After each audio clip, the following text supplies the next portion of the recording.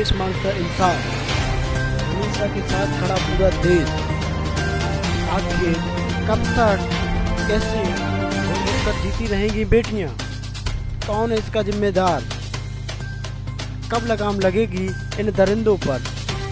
उत्तर प्रदेश के हाथरस की इस घटना ने पूरे देश को शर्मसार कर दिया। निर्भया कांड से भी बड़ा यह कांड, जिसमें एक दलित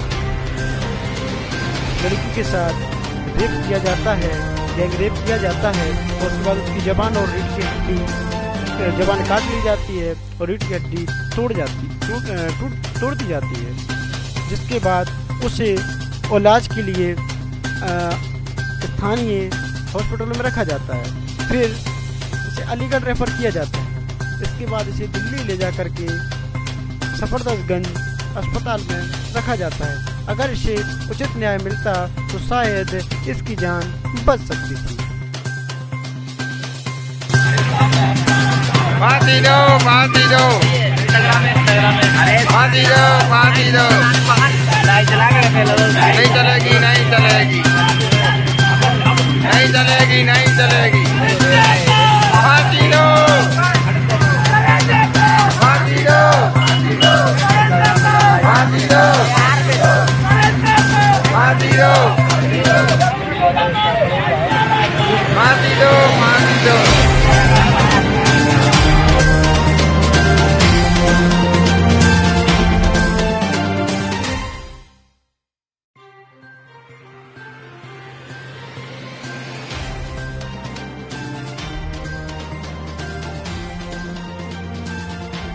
हो गया है। मैं कह रहा हूँ हमारे अधिकारी को फोन आ रहे हैं। सर आप क्या चाहते हैं? सर बताइए। मैं कोई गलत कर रहा हूँ? कोई गलत कर रहा हूँ?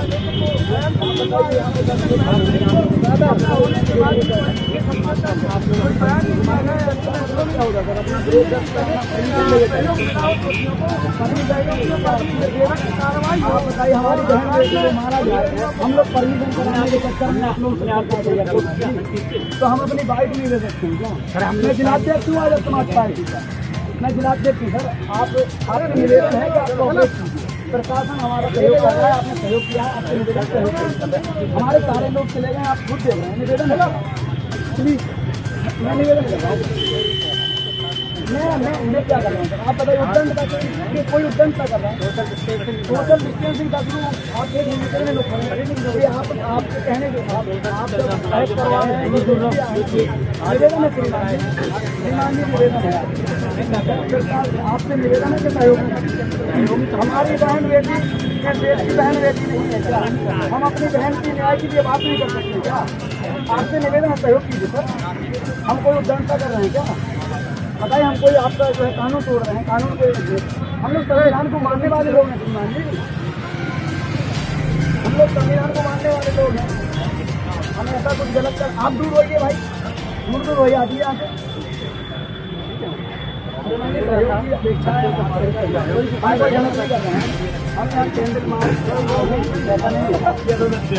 आप लोग थोड़ा दूर हो जाइए। जो संगठन के लोग नहीं है, पहले तो वो हट जाइए। जो कार्यक्रम में जो है खराब कर, आप अपना विरोध बता रहे थे कि जो 13 सितंबर से लेकर के 20 सितंबर को जिस प्रकार से है कार्रवाई उन पर की गई, नहीं हुआ। नहीं, उसके बाद जो 20 तारीख को जो उस पर जो रिपोर्ट दर्ज की गई है, और ये सरकार पूरी तरह से तानाशाही हो गई है। मानवर कांसीराम साहब कहा करते थे कि जब संसद आवारा हो जाए तो फिर हमें सड़की सूनी नहीं छोड़ना चाहिए। चंद्रशेखर भाई मिलने जाते हैं बहन से, पुलिस द्वारा मिलने नहीं दिया जाता है। चंद्रशेखर भाई मोटरसाइकिल से 7 किलोमीटर मोटरसाइकिल से जाते हैं, प्रशासन द्वारा मिलने नहीं दिया जाता है। हमारी बहन को चंद्रशेखर भाई ने कहा कि आप एम्स में भर्ती कराइए। उनको सफदरजंग अस्पताल में, जहाँ पर किसी प्रकार की सुविधा नहीं मिली, वो हमारी बहन 15 दिन तड़पती रही। प्रशासन ने कोई किसी प्रकार की सुविधा नहीं दी। बहन ने 15 दिन संघर्ष किया। चूंकि हमारा समाज संघर्ष करके हमारे समाज को पानी मिला साहब, तो यहाँ न्याय की उम्मीद कहाँ रह गई है। इसलिए आज हम लोग अपनी बहन मनीषा वाल्मीकि को यहाँ पर श्रद्धांजलि अर्पित करने आए थे। जो हमारे साथी आए हुए हैं यहाँ से आसपास के जो साथी आए हैं उनका पुनः धन्यवाद करते हैं। आप लोगों ने श्रद्धांजलि में अपना जो है जिस प्रकार से विधानसभा अध्यक्ष भीम आर्मी के रतिराम बोध जी ने के अंतर्गत ये काम कैंडल मार्च निकाला गया है महोनी के अंदर। हमारे पुलिस प्रशासन हमारे भीम आर्मी के जुझारू कर्मठ विधानसभा अध्यक्ष छोटे भाई रतिराम बोध जी के माध्यम से एक कैंडल मार्च का कार्यक्रम किया गया, जिसमें हाथरस बलात्कार पीड़िता के परिजनों का आरोप, पुलिस ने जबरन किया अंतिम संस्कार। बुधवार तड़के उसका अंतिम संस्कार कर दिया गया। परिजनों का कहना है कि पुलिस के द्वारा दबाव डाला गया। दबाव डाल करके मनीषा का अंतिम संस्कार किया गया। उत्तर प्रदेश के हाथरस के एक गाँव में 19 वर्षीय दलित लड़की के सामूहिक बलात्कार की घटना की पखवाड़े भर बाद दिल्ली के एक अस्पताल में मंगलवार सुबह उसकी मौत हो गई थी। हालांकि स्थानीय पुलिस अधिकारियों ने कहा कि अंतिम संस्कार परिवार की इच्छा के अनुसार किया गया, जबकि इस घटना के विरोध में हाथरस में काफी संख्या में लोग सड़कों पर उतर आए और प्रदर्शन किया। विपक्षी दलों के नेताओं ने अंतिम संस्कार किए जाने को लेकर राज्य की भाजपा सरकार पर बोला हमला। कांग्रेस ने मुख्यमंत्री योगी आदित्यनाथ से इस्तीफे की मांग की। हाथरस जिले में गत 14 सितंबर को 4 लोगों ने लड़की से बलात्कार किया था। उसकी हालत बिगड़ने पर उसे दिल्ली स्थित सफदरजंग अस्पताल भेजा गया था, जहां मंगलवार सुबह उसकी मौत हो गई। पीड़िता की मौत की खबर फैलते ही दिल्ली और हाथरस में नेताओं, खिलाड़ियों और फिल्मी कलाकारों तथा कार्यकर्ताओं सहित समाज के सभी तबकों के लोगों में रोष छा गया और उन्होंने प्रदर्शन किया। उन्होंने पीड़ित के लिए न्याय की मांग की। भारी संख्या में पुलिस बल की तैनाती के बीच पीड़िता के परिजन मंगलवार रात सफदरजंग अस्पताल से रवाना हुए। सबको उत्तर प्रदेश पुलिस अपने साथ ले गई। लड़की के एक रिश्तेदार ने दावा किया कि परिवार के सदस्यों के हाथरस पहुंचने से पहले ही पुलिस शव लेकर यहां पहुंच गई। उसके पिता ने कहा अंतिम संस्कार तड़के करीब 2:30 से 3 बजे के बीच किया गया। लड़की के एक भाई ने कहा पुलिस सबको अंतिम संस्कार के लिए जबरन ले गई। वो लोग मेरे पिता को भी साथ ले गए थे। जब मेरे पिता हाथरस पहुंचे तो उन्हें फौरन ही पुलिस संसर्ग ले गई। एक अन्य परिजन ने कहा कि जिले में चदम्पा पुलिस थाना क्षेत्र के फूलगड़ी गांव के पास स्थित शमशान घाट लड़की के पिता के साथ 30 से 40 लोग गए थे। मुख्य रूप से सगे संबंधी और आसपास के अन्य लोग।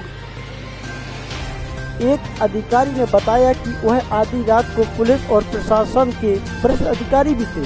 सोशल मीडिया पोस्ट किए गए तो वहां के कथित वीडियो के मुताबिक कुछ पुलिसकर्मी दंगा रोधी वेस्ट और हेलमेट पहने हुए थे।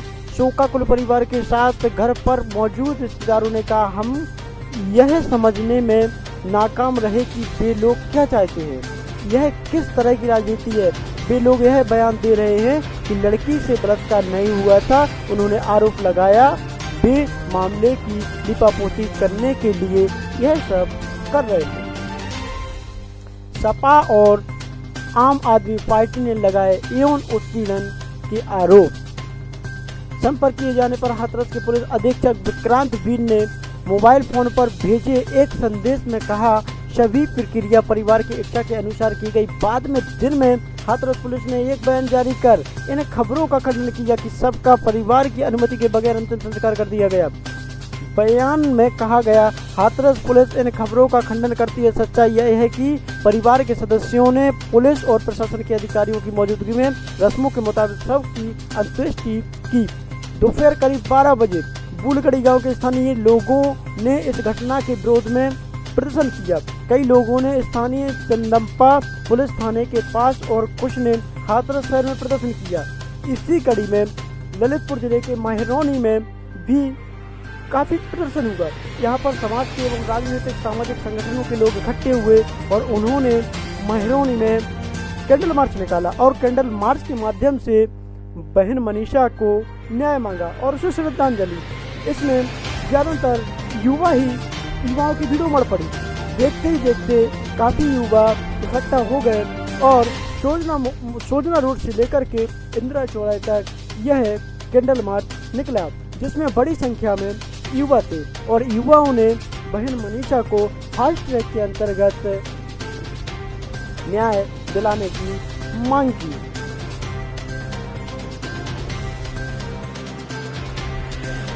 देखिए, शुरू में जैसा आप जानते हैं, बताया गया 14 तारीख को पीड़िता के भाई और उनकी मदर थाने आई थी, थाना चंदपा, और उन्होंने, पीड़िता के भाई ने रिटन कंप्लेन दी थी कि उनकी बहन को बाजरे के खेत में जब वो घास इकट्ठा करने गई थी तो जो एक अभियुक्त है, उसका नाम बताया था संदीप, उसने गला दबाकर जान से मारने का प्रयास किया था। तत्काल इसकी एफआईआर रजिस्टर की गई थी सुसंगत धाराएं 307 SC/ST एक्ट में, और उसके जो अक्यूज्ड के गिरफ्तारी के लिए टीमें रवाना कर दी गई थी। उसके बाद पीड़िता को उचित इलाज के लिए जब यहाँ से जिला अस्पताल से JN मेडिकल कॉलेज अलीगढ़ भेज दिया गया, तो वहाँ वो उस समय बोल पाने की स्थिति में नहीं थी। तो जब वो बोल पाने की स्थिति में हुई तो उसका स्टेटमेंट जो IO सर्किल ऑफिसर है उसने रिकॉर्ड किया। तो पीड़िता ने पहले तो बताया कि एक और अक्यूज था और उसके साथ छेड़छाड़ की घटना हुई है। उसके बाद 22 तारीख को फिर से जब स्टेटमेंट पीड़िता ने दिए तो उसने 4 अक्यूज के नाम बताए और सामूहिक दुष्कर्म की बात बताई। जब ये पूछने पर कि पहले क्यों नहीं बताया, तो उन्होंने कहा कि वो उस समय अच्छे से होश में नहीं। साथ ही मैं ये भी जोड़ना चाहूँगा कि देखिए, कहीं कहीं ये भी चल रहा है सोशल मीडिया पे कि पीड़िता की जीभ काट दी गई थी या रीढ़ की हड्डी तोड़ दी गई थी। ऐसी कोई बात नहीं है।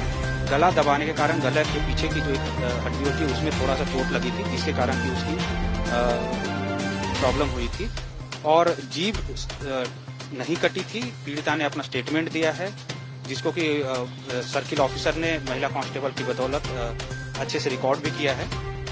और उसके बाद साथ में हमारी पुलिस टीमें लगी हुई थी। जो 4 एक्यूज हैं, चारों को गिरफ्तार कर लिया गया, उनको जेल भेज दिया गया है और साक्ष्य संकलन की कार्रवाई कंप्लीट की जा रही है।